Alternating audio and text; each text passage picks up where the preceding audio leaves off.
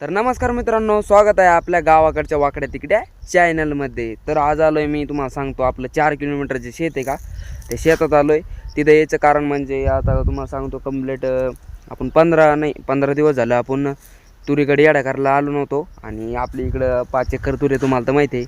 आणि इकडं आपलं हे सरकी 1 एकर सरकी 5 एकर तूर. आणि बाकी सध्या तुम्हाला सांगतो की बाकीच्या रानात इथे जास्त आहे आपल्याला, तेवढे 6 एकर रान आहे इकडं. आणि इकडं आपली सरकी आणि तूर असते दरवर्षी वेगळं. म्हणजे आता ह्या वर्षी तूर आपलं जास्त करतो, कारण तुरीला तुम्हाला सांगतो जास्त खर्च नाही. आणि तुरीचं उत्पन्न म्हणजे खर्च आपल्याला थोडी शेतीला काय म्हणतात, शेतीला खर्च वगैरे जास्त येतो ना. तूर परवडते थोडीफार माझ्या माहितीने तरी तूर परवडते.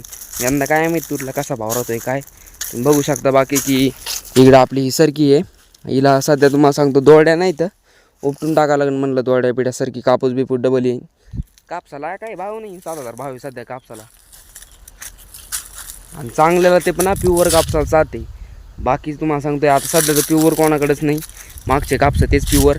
बाकी किडके असल्याला काय 5-5.5 हजार लय अवघड मित्रांनो बघा तुम्ही. आणि आपल्या सरकीला दोड्या नाही तितक्या माझ्या माहिती नाही. इकडं अलीकडे का तिथून तर इकडे का 10 मीटर दोड्या नाही तर इकडून इकडं काय माहीत. इकडे सरकी चांगली वाढली आणि इकडे दोड्या पण येतं बघू शकता. आहेत का दोड्या दिसतात का तुम्हाला. आणि इकडं काय आहे तिकडं 1-1, 2-2, 3-3 अशाच दोड्या येतं.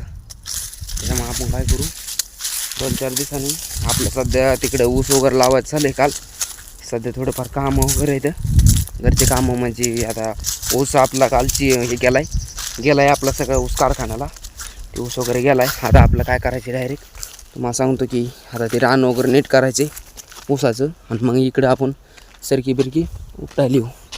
चला आपण तुम्हाला आता मी जातो म्हणजे तुम्हाला मी डायरेक्ट नेतो तुरीच्या शेतात.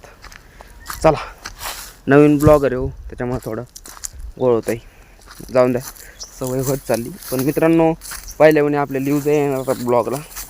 जाऊन द्या, डेली कंटिन्यू आपण करीत जाऊ ब्लॉग जसे यूज येईल तसे. माझ्या पब्लिकवर मला पूर्ण विश्वास आहे. बघू शकता इकडे आपली तूर कट झाली आणि पातळ तूर झाली मित्रांनो. कारण डुकरांनी लय नाश केला. आता हे 10-15 दिवसात इतका नाश केला डुकरांनी, लय नाश केला. आणि ते उपटून आपण गवत टाकलं त्याच झालं. आता याला डायरेक्ट काढी लावून द्यायची तूर वगैरे गेलो तर. माझ्या माहितीने आता तूर तुम्हाला सांगतो अजून 10 दिवसांनी काढून टाकावं. काही वाळत चालली म्हणजे काही सगळी वाळली आणि काही थोडंफार राहिले आपले कुडं आपला असे हिरगार शेंगा. काय करावं काही कळा नाही माझ्या माहितीने. मित्रांनो तुम्ही मला कमेंटमध्ये मला नक्की सांगा बरं. मला म्हणजे एक कमेंटमध्ये सांगा की हाताने काढलेली उपनेरमधून तूर चांगली की मशीनमधून तूर काढलेली चांगली. मला असं वाटतं की मशीनमधली आहे पण हाताने काढलेली भारी राहील. तिकडे आपली आजी येड्या करून आली आहे. आता आपण जाऊ पलीकडे येडा करायला. चला बरं इकडे जातो आपण. आता डुकरांना वाटोळ केले जाऊन आपली आजी म्हणते किती पाडली तूर लय तरी किती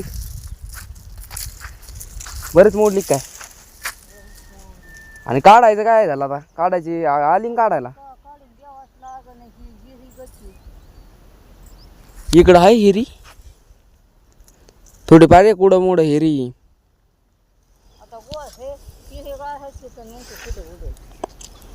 मग आहे ना अशी चिरी नाही काय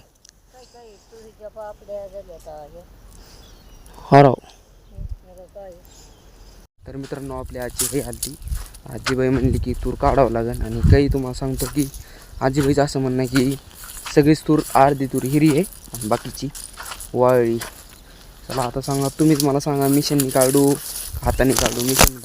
मिशननी माझ्या माहिती लई नाश होईल तुरीचा. काय माहिती जी माझ्या पब्लिकची डिमांड तीच मी करणार. तुम्ही मला सांगा मिशननी काढू का काय काढू. बघू शकता आपली तूर. बाकी कसा भाव राहतो यंदा काय माहिती. गेल्या वर्षी फक्त आपल्याला 7,000 भावात तुरीला 7,000 रुपये क्विंटल. यंदा काय माहिती आता. यंदा तर लय अवघड परिस्थिती चालू आहे माझी सध्या. तुम्ही सपोर्ट करा तुमच्या भावाला. आणि कसा वाटला आजचा ब्लॉग कमेंटमध्ये नक्की सांगा. भेटू आपण अशाच एका भन्नाट ब्लॉगमध्ये. तोपर्यंत हर हर महादेव. जय श्री महाकाल. Bye bye.